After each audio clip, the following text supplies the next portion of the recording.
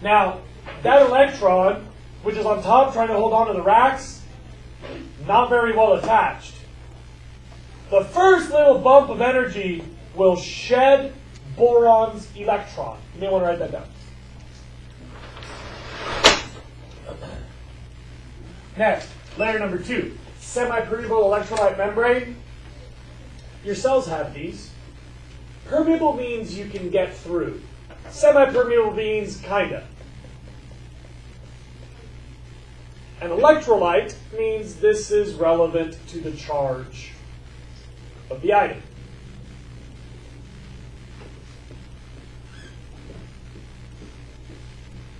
I'm glad you chose the most distant seat and you cannot see. That was a really good call. Taking notes at school sucks. A semi-permeable electrolyte membrane means that depending on the electrical charge, items can either get through or not. So I'll give you an example. You can get a room full of nerds with sharp pencils and dorky glasses and pale skin and bad lighting and graph paper. And these nerds can design for you a membrane where only neutral substances can go through, or only positive substances can go one way, or only negative substances can go that way. There are many different types of semi-permeable electrolyte membranes, but they're choosy depending on electricity. And in a solar panel, you have to know this detail. That's why I wrote it on the board. Please look up. Only negative charges can move downward. Keep in mind, there's a zillion other types of membranes, but in the solar panel, it's a negative down solar membrane. You can make positive up, you can make positive both ways, you can make neutral both ways, you can make negative up, whatever you want. But in the solar panel, it is a negative down only. Are there any questions about that? I'm getting ready to turn on the sun, so before I turn on the sun, yes? Back to the number 1 about the silicon before, is that like a covalent or ionic bond? I think it's actually a mechanical impurity. I don't think it's bonded. Oh, okay. Wait, so you're saying that boron has like electron in the valence shell that is Yes. pretty loose? It has one very loose. It's a P1. It's a 2p first electron. The first 2p. It's arguably the loosest valence electron in chemistry, I think. But wouldn't it like not be loose because it's just one more electron and it has 8 in the valence shell, and it's like 8. No, it doesn't have 8 in the valence shell. That's 7. It has 2 in the first, 2 in the second, and then the outer shell, the P shell, it only has 1. Okay. And by the way, my understanding of chemistry is very limited. We have an excellent chemistry teaching staff. You can always take your questions to them. I only know what I've like Googled and stuff. Okay. I have to do 2 really, really quick chemistry catch-up lessons. Anybody know the electrical charge of an electron? Negative. And if you have a balanced atom, and you take away an electron, what is the charge remaining for that atom? Everybody understand that? If the atom is balanced, 5 protons, 5 electrons, when you take away an electron, which is negative, you're left with an extra proton, which makes the remaining positive. Everybody got that? Here we go. We're going to turn on the sun. Look. Angry sun spits light at the solar panel. Ooh, light. That light is like a speed bump for the electron holding onto the lumber rack. Oh no, I can't. Let's go. And because the electron has a what charge? Which way will it migrate inside the solar panel? Down. That's right. Oh, the borons left on top now have what kind of a charge? And we've charged the battery. Positive charge on top, negative charge on the bottom. You connect the cathode to the anode, the positive to the negative with a little wire, like this, little wire. And now that you have a positive charge on top and a negative charge on the bottom, current will happen. Opposite attract, Paula Abdul, 1989 or something. Maybe or two. And look, along the way, that currents can do work, like charge your cell phone, or light your light bulb. Now don't waste your time trying to make a frenzied effort to copy stuff you don't understand. Make sure you're keeping track of the words that you didn't get. Sunlight spits off electron from boron, which creates a polarity. Positive on top, negative on the bottom. When you connect them with a wire, you'll get a current, and that current will do work, like electricity stuff. And as long as the sun is out, those borons can't hold the electron, and this happens forever and ever and ever until somebody shuts off the sun, and all the electrons go home to daddy, and it's over. Yes, William? So, returning to the boron, like that returning process is when work is done and current is done. Essentially, yeah. So before any physics nerds stab me in the face, the electrons don't actually go anywhere. It's just their excitement is transferred, okay? So then what passes through the membrane? Excitement. And current. What's already in the bottom? Current. I mean, the best way for people to think about this is electrons, and you have to understand this is a Band-Aid, but it's a fairly common Band-Aid. Yes? What are the red letters inside? And then E's for electron. what's like next to it? Little negatives. Oh. So that people remember that electrons are negative. What else? Yes? What I don't get about solar is, This would be the part I don't get. I get how it could work in California, but what about like the middle of the country and I don't get as much sun as needed? Well, this is a very good point, because remember that the Achilles heel of solar and wind is you can't tell the baby Jesus what to do. So solar and wind are perfectly nice when you've got sunlight and you've got wind, but if you want to watch Netflix at night, you can't tell the baby Jesus to turn the sun back on. Or if you want to keep your venison frozen, you can't tell the baby Jesus to make wind when it's not windy, right? So look, there are two solutions. Please look up. Two solutions. Please look up. Solution number one is called off-grid solar, where your electrical panels charge batteries, and then you run the batteries whenever your damn well wants electricity. This is nice because now you don't have to tell the baby Jesus what to do. You've got all the electricity you need in your batteries. Except this system sucks because it's expensive, it's extremely inefficient, and those batteries take a lot of maintenance. So option number one, off-grid, is only if you absolutely must have it. Like you're on a sailboat, that's all you can do. If Jose is living out of his Tacoma in the Sierras all summer, well, that's what I do. And if you have to go live in your shack of shame and try to forget about your past like the Unabomber, that might be your only way to get electricity. Okay, fine. But here in the first world, we have another option. What we can do is called option number two, on-grid storage. Please look up. There's a lot of confusing lines. You can take that electricity, when you don't need it, watch this, you push it through your power meter, which spins backwards, and you put that electricity on the grid. By putting it on the grid, you're selling Edison electricity, like, hi, I'm a little power plant on Calle Poniente, take my extra electricity, Edison, and Edison goes, thank you, and they give you a credit for electricity. Everybody got that? Then, at night, when you ain't got no more sunlight, then it's like, hey, Edison, will you throw me a bone here? And they go, okay, electricity comes out of the wire through your power meter, which now is taking back the credit, spins the other way, and electricity spills out of your plugs, and you can watch your Netflix whenever you want. Everybody got this? Doesn't that only only work when there's still like natural gas fueling generators? Yes! Absolutely. This doesn't get rid of the need for on-demand electricity, but it does lower the demand during sunny periods of the time.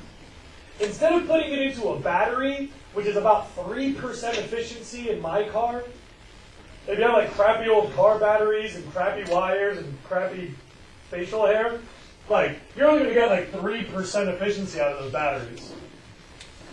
If you have like cutting edge MIT super nerds, theoretically maybe 40, 50% maybe of the energy you go in comes back out. It's still not very efficient. Here, when you put it on the grid, you know who uses it? Your neighbor. It has to travel like that much wire, so there's no wasted. And because your neighbor is using your leftover solar, Edison doesn't need the natural gas plant or the coal plant that day. And remember, if she saved the extra kilowatt that came out of your house, that means 2 kilowatts didn't have to go into the wire at the power plant, which means the equivalent of 3 kilowatts of coal didn't have to get burned, right? Because of the inefficiencies in the system. So this is not only hyper efficient because of the short wire travel, it amplifies that efficiency by canceling out the source at the power plant. Does that make sense to everybody? People describe on-grid solar as what's called a positive efficiency or a super efficiency because it cancels out the inefficiencies of the grid. These make sensible? Remember, when it's nighttime, you still got to do the usual stuff, but at least this system is cheap, sometimes profitable if you have enough roof space. Has very little or no maintenance. You just got to keep them clean, and when it rains, that happens automatically. It's hyper, super, extra efficient, and it's not available everywhere because you need the fancy meters, and you can't run the fancy meters everywhere.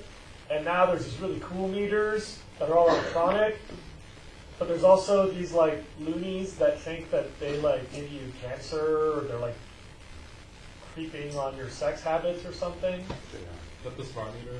Yeah, yeah. If you find any of those people that are handing out those pamphlets, tell them you already got enough crazy pamphlets and tell them to go back to school. Smart meters are good. Okay, yeah. On my ranch, like 7 years ago, we put solar panels in. At this point, we don't even pay for electricity there. Oh, dude.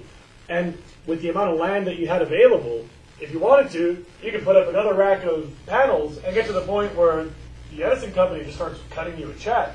Yeah, I mean, It's probably not worth it, you know. Yeah, we got them when they were actually like twice as cheap. They went up like a lot in the past 5 years. Yeah, yeah. They're really expensive now. You may have gotten that perfect Goldilocks moment in the price market, exactly, where you got them cheap, and so you can produce enough that it becomes profitable to give it away, and in 10, 20, 30 years you'll have paid for those panels, and then it's just income. Yeah, that's exactly why I did it actually. Perfect, thank you. That's exactly why they did it? Yeah. Yeah. Your parents no dummies. And your dad goes some mean chops. Okay. Then there's another type of solar power called solar thermal. And this is not solar panels. Please look up. This is photovoltaic. Light into electricity. But this is called solar thermal, where we make sunlight into heat. Has anybody ever done that creepy childhood thing where you take a magnifying glass and you light ants on fire and you go, whoa, you feel like a giant? Raise your hand. Every dude and 3 psycho girls. Everybody look, those are the 3 psycho girls. Okay. That's cool, that's cool. I did it too. We're still down, it's cool. So the way that worked, in case you didn't know it, is the magnifying glass is shaped like that. So all the sunlight that comes in goes and focuses on that sweet spot of ant explosion. Solar thermal works the same way. You're going to take a bunch of sunlight and you're going to focus it on one place, but instead of smoking ants, you're going to create a lot of heat. That's why it's called, no, not smoking ants. It's called solar thermal, because instead of lighting ants on fire, bro, you're going to heat something up. Watch me. sunlight, parabolic mirror, glass pipe. Okay, smoke again. Glass pipe. You focus all that sunlight back on the pipe, which makes some hot stuff. Inside the pipe, you might have some hot oil, or some hot salt water, or some hot whatever. And now we're getting places, because now that you've got a very heated liquid, you can take that somewhere else, and you can boil some water and use the steam to spin a turbine. Remember we talked yesterday about how most electricity is making a turbine spin? The clutch concept? So look, I found a way to use sunlight to spin a turbine. I just got to make a lot of heat and then use that heat to make steam. Easy, right?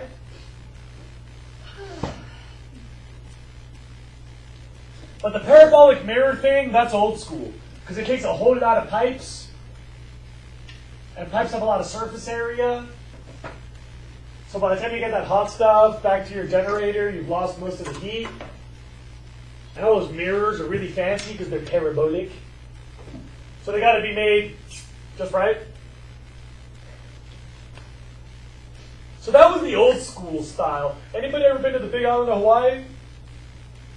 Right when you land at the airport, you look left as your airplane is coming in, and you see one of these.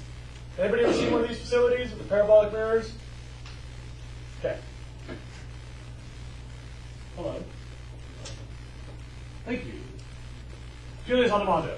Will you please pass this back? Okay.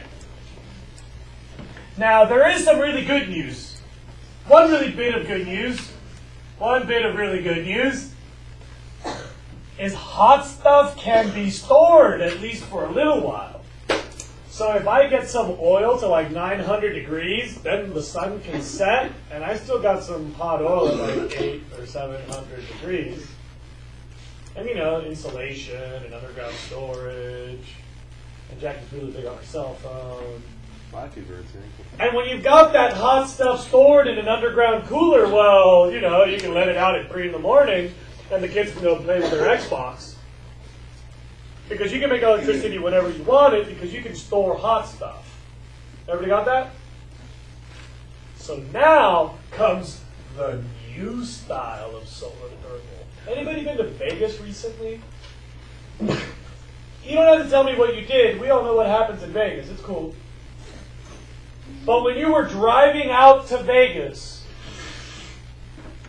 right before the border, and you're like, oh, it's Vegas. And it's like, psych, it's just that thing at the border where there's all the lights and like the big casino and like the gas station. It's like, welcome to Nevada. Right before that, did you guys notice on the left, the big tower and all the mirrors that look like a lake of mirrors? You did? That's one of these. Here's how it works. You take a field of mirrors, and when I say a field, I mean like acreage, like mileage of flat mirrors. Like a gajillion of them. And they're all controlled by little robotic servos that are managed by a robot with a very big brain. And so all day long, each of those little mirrors is following the sun and keeping the reflection pointed at one place. Is that like where they show the time lapse? They often like do time lapse. Yes, yeah. So watch. All those mirrors are taking all that sunlight from acres of land, and they're all going, boom, and they're like heating up this one little spot in a giant tower that has a little box at the top of really hot stuff. And when I say really hot, I mean so hot that like cars would melt and like birds would get evaporated if they weren't scared off by the light. We're talking really hot, like 1,000, 2,000 degrees. Like metals would melt, so they have to have fancy plumbing.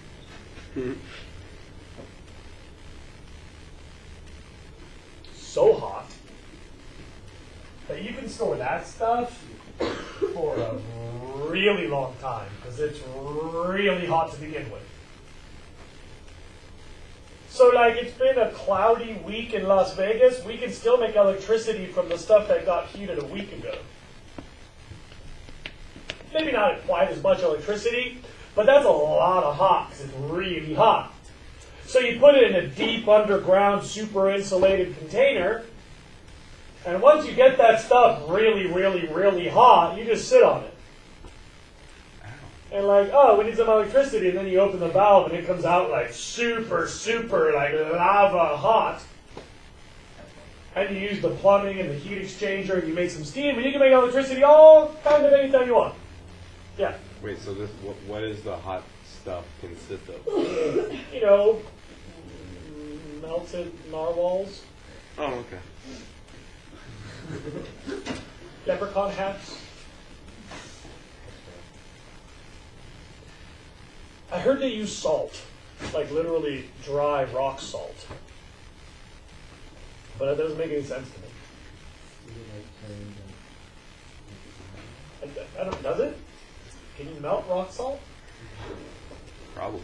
I mean, I guess you can melt anything, so I guess that's the point. I heard that for a long time, like these, they use oil, like motor oil sort of oil, because that can get super hot but won't evaporate. I don't know what they use for this, but it's really like, what? Hot, like crazy hot. You should look up maximum heat solar thermal tower heat exchanger.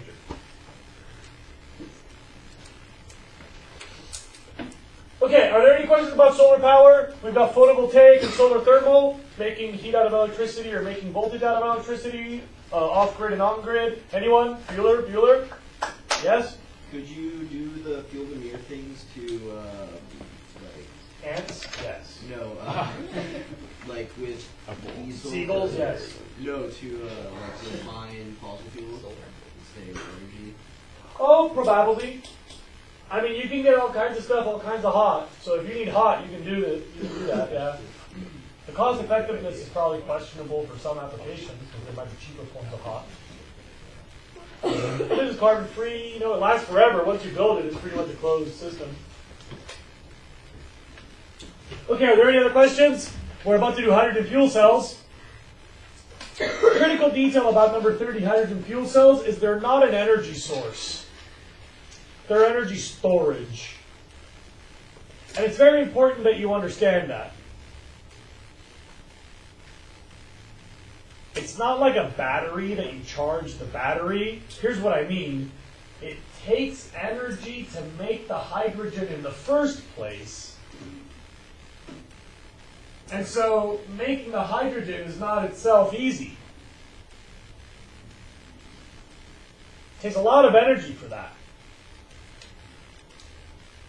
And it's usually not efficient. If you use 100 kilowatts to make hydrogen, you'll put the hydrogen into the fuel cell and you get like 10 kilowatts out. So it's an inefficient way to store energy. It's only useful really if you have waste energy, like leftover energy from something else, then it makes sense because you can store it as hydrogen and use it later.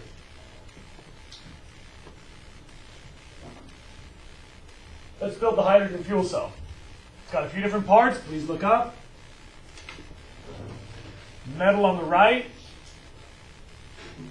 Semi-permeable electrolyte membrane in the middle, same as the solar panel, except this one is for hot moving that way. Sorry, it's for positive moving that way. Another metal on the left, coated in a catalyst. Anybody know what a catalyst is? Yes? It makes reactions faster. That's right. It's something which encourages or facilitates reactions. So you've got your catalyst, your anode, your semi-permeable electrolyte membrane that's for positive going right, and then the other metal, the cathode.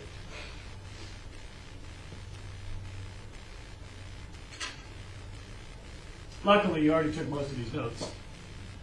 The catalyst is platinum usually, and that's the problem because platinum's expensive. You guys know that the rappers put it on their teeth because they got so much money they can just throw it away. But for you and me, buying that amount of platinum is kind of difficult. I mean, you have to take it off your rims, and that would suck. Oh, but you don't have platinum rims, so. So you've got your catalyst, which is usually platinum, but whatever it is expensive. Anode, semi-permeable electrolyte membrane for positives going that way, and your cathode. Yeah, bro. It says they do use molten salt, and it says that it's kept at 290 degrees Celsius. That's not so hot.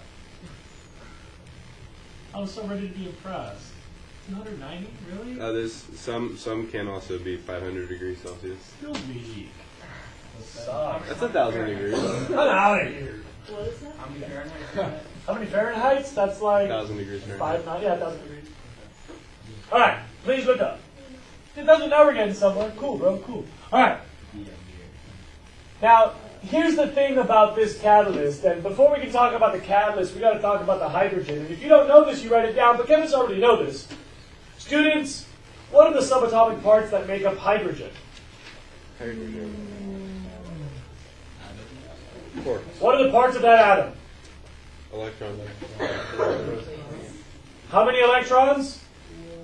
16. 2. 30. 420. How many electrons? 1 electron. And what's inside the nucleus of a hydrogen atom? 1 proton. That's it. Everybody write it down. Hydrogen is 1 proton and 1 electron.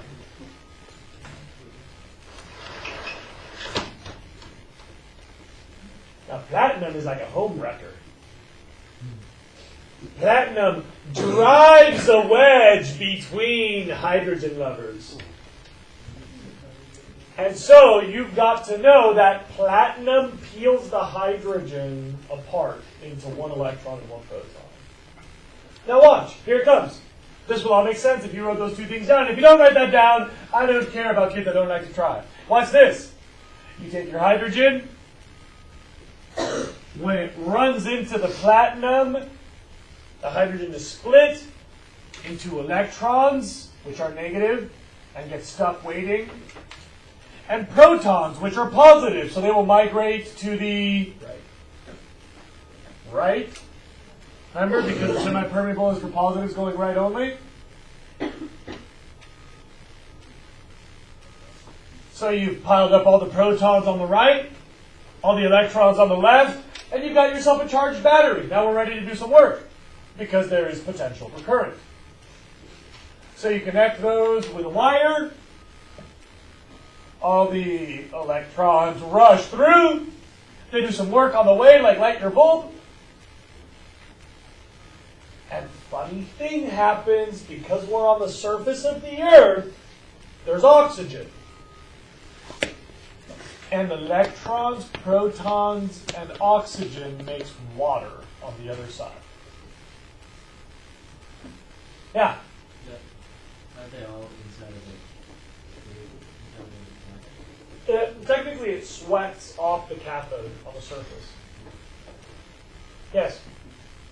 Yes? What are the two underlying things underneath it? Anode and cathode, which means a negative metal side and a positive metal side. So when the electron comes back in, it still has the negative charge, right? Yes, it's still an electron. What else? Now let me remind you that if you're going to go to smart guy school, you'll someday find out I lied to you, and I know I lied to you. The electrons don't actually leave. But their excitement travels, and so they're being punched off. Yeah, it's like a wave in a stadium, okay? The current is not actually being the electron. Temporarily excited electron. Anybody else? Jokes on you. If we're done with number 30, I move on to number 31. Hydroelectric power is super simple. Watch. You clog a river with a thing called a dam. The river fills up with water, and we call that a reservoir. It's not a lake. Please don't call it Lake Kachuma. It's the Kachuma Reservoir. Big difference. And that's basically storable energy, because as soon as you let the water out, it spins a turbine and you get electricity. That's easy, right? Yeah. You just clog the river to make a bunch of water, and then gravity the water turbine. Are we okay with that? because I don't want to talk a lot about this. Remember that very large ones of these are getting really expensive. Small ones are still kind of doable.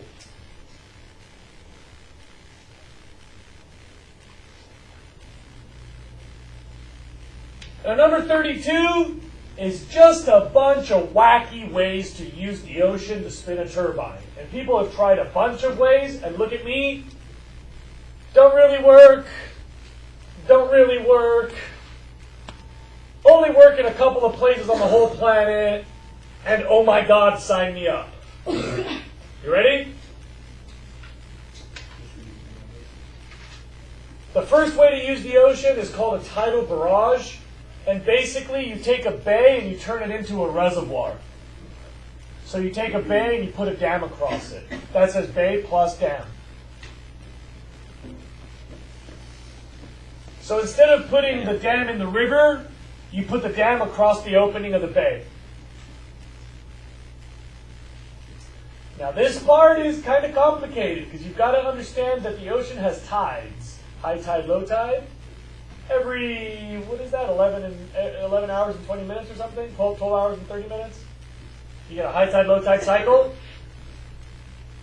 Now watch me. You can copy later, but this is kind of hard to conceptualize until you understand. I've got the bay on the inside and the ocean on the outside. Agreed? With my dam in the middle. And at high tide, I open the reservoir, let the water rush in, and I make electricity for a little while.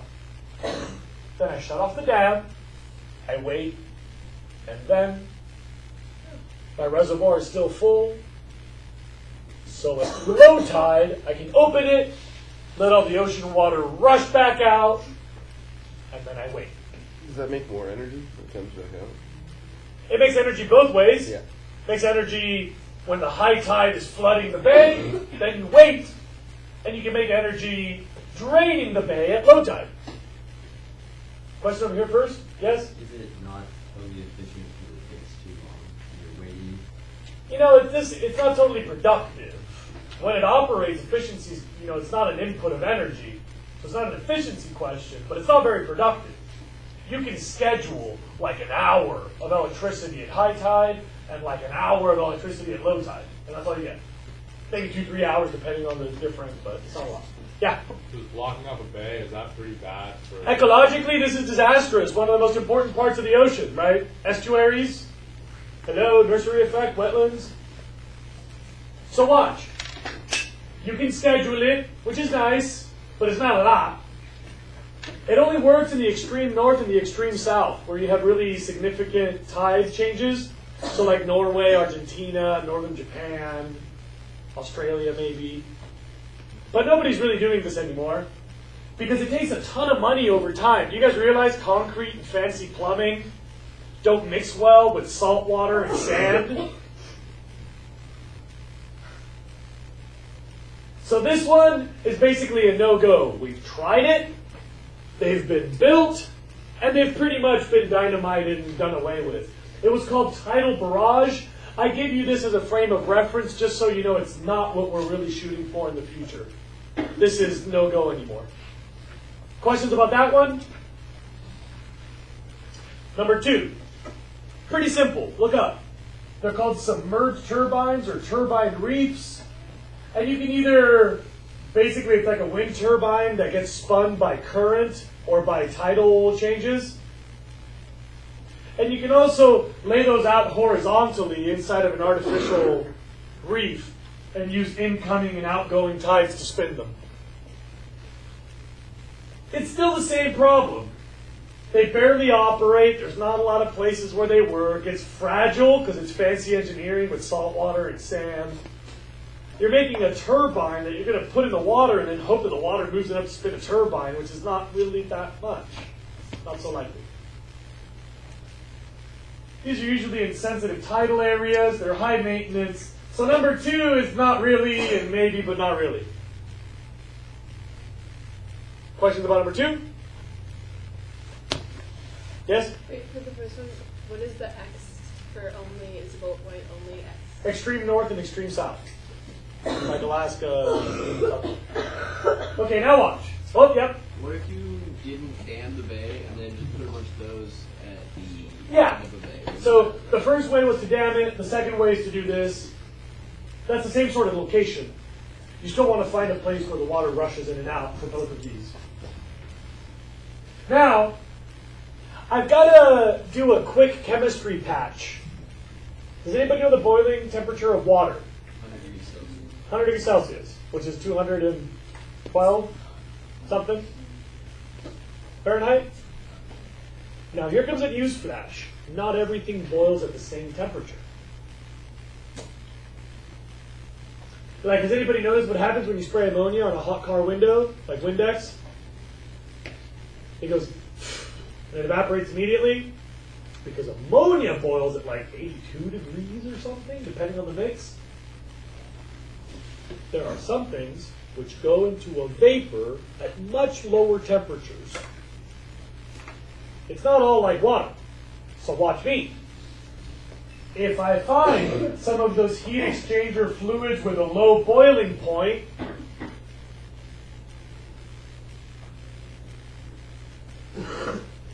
I can stick them into the ocean in the warm tropical surface water, like 85 degrees and up. And because they have a low boiling temperature, they'll go to steam. And if I got the plumbing right, I can pressurize that steam and use it to spin a turbine. And then I can condense it back to liquid and heat it up into surface water and then condense it to liquid. It's like a permanent evaporation condensation loop, as long as you have low boiling point heat exchanger and extremely warm tropical surface waters, which is basically impossible. So that was fun. Yeah. I was just sort of does that like steal heat from like the roof equipment that's the areas in there? I reckon it would, yeah. Yeah, I mean, it's an air conditioner, heat exchanger. Lowers the like local temperature. Yep. Yes. Would the fluid pollute the ocean? It's a closed loop, so it's all in plumbing. So you heat it up in the plumbing, and then you vent that as steam at the turbine, and then you condense it above the turbine and put it back. So it's all captured. There are open loop versions of this, but those are not really popular. By the way, these aren't even popular. They tried one of these in Hawaii, also at that place on the Big Island where they have the parabolic mirrors. But there's not a lot of places where you get a hot enough surface and enough people who need electricity to do this. It's just not really. But number 4, I like this one a lot. Especially because I get to talk about playing in the bath. Remember I told you that Legos rule everything around me? That's because I live in a house with a 6-year-old and a 3-year-old. And my wife and I, we've trained our children to be reckless and crazy in the bath, so at least they like bath time. So every now and then, I have to give them a bath, and it's about halfway to taking a shower, except I'm outside and they're inside, and they're going crazy in the bath. But when I think about bath time, I smile, because my kids are rad. Watch. And we have to pretend that this is in the bath. None of us are in a bath. But this is in the bath. Or I'm in the bath wearing clothes. I'm in the bath wearing clothes. Okay. I am in my bath and I'm wearing clothes. And I want to make sure that you all know what happens when we play with this thing. So look at me, please. If I put this thing into the water like this, and I let go, what will happen? Because it's full of water, right? Option number 2. If I take this and I push it down into the water and I let go, what will happen? It'll bob up because it's got a big pocket of air, right? Do we agree with me? Here's another one. Watch this. This is a cool trick. If I go into the water like that, turn it upside down, and then pull it up, what happens when I let it go? Whoop. Do you agree with me?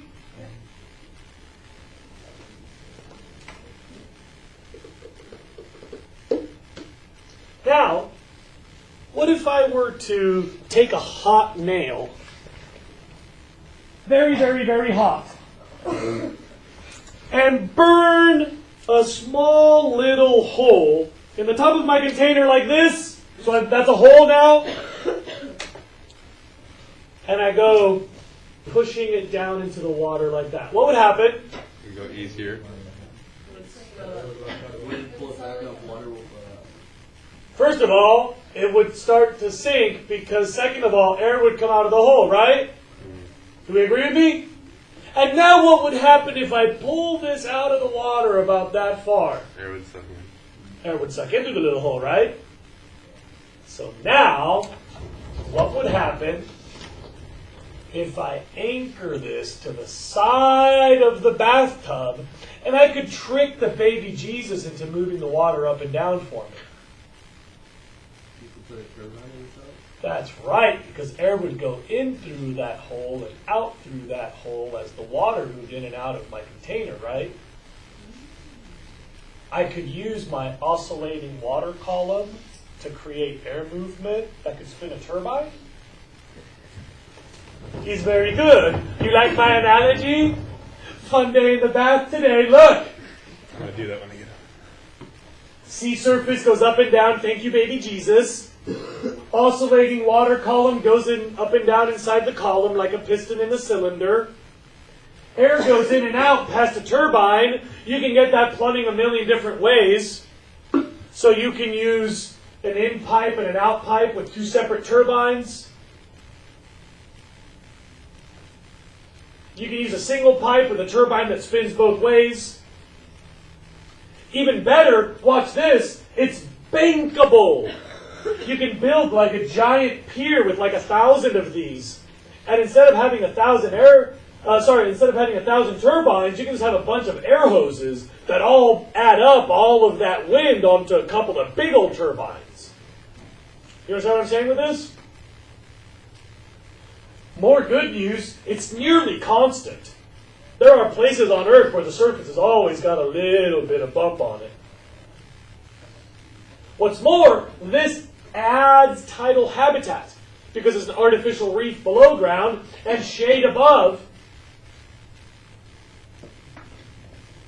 So it's like mangrove swamps. You know, you still got to mess with the coastline. It's still construction. It's still plumbing. You still have accidents. But this could maybe give us a lot of electricity because you can put these things on barges just offshore, like where the rigs are, and just use the bump to make electricity. Pretty cool, right?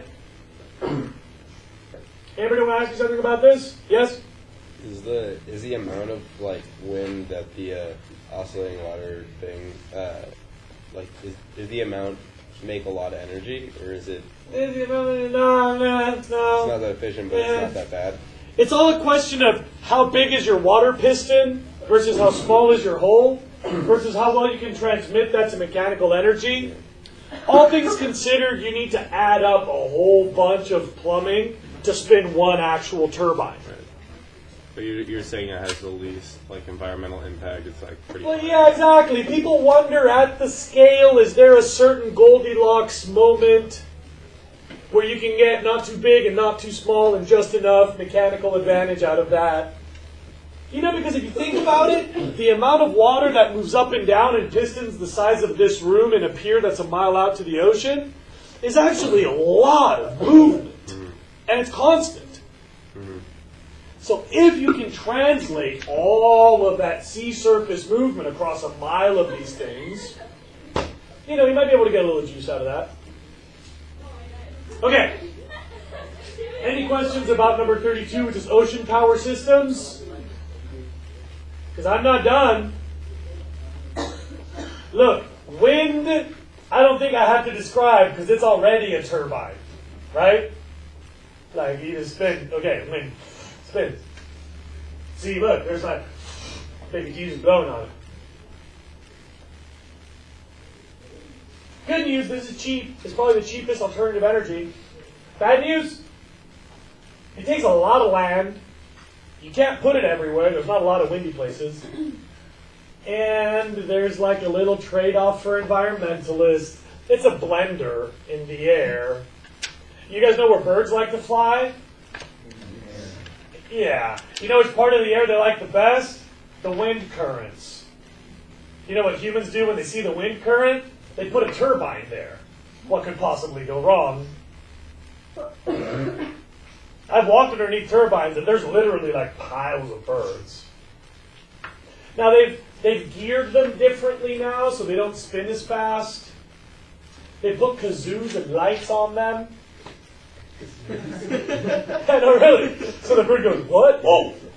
Because, you know, birds are evolved to have excellent three-dimensional, but they're not evolved to look up. What the hell do they have to worry about? Right?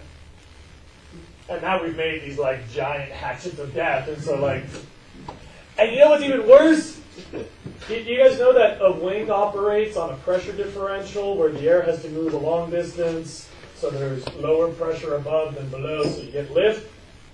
So wind turbines create a pressure drop, and so when bats fly near them to eat the insects, they go to take a breath, and the low pressure, their lungs get pulled out of their bodies. Yeah. It's not enough to, like, invert them in this giant red mushroom coming out of their mouth. But, like, the blood pulls the wrong way, so instead of sucking oxygen in, blood pulls through the alveoli, and they choke on their blood. It's not fun. Yeah, so, you know, there are some significant trade-offs. None of this stuff is free, kids. No such thing as a free lunch. Den Stoffel. Den Stoffel, there is no such thing as a free lunch? Yes? Kills stuff. Yes? So if there were more locations on the planet with warm surface temperatures, would that be the most efficient way, the third one? Maybe. I'm confused about just how much energy you can get because it's really hard to pressurize this. You know, the steam isn't like wafting out. That doesn't do you any good. The steam has to come shooting out of a teeny little aperture. And so I don't know how well you can pressurize this without pumping the liquid back in. Now, students, we still have 1 minute. No, 2 minutes, and we can finish this. Because look. Oh, dang it, we don't.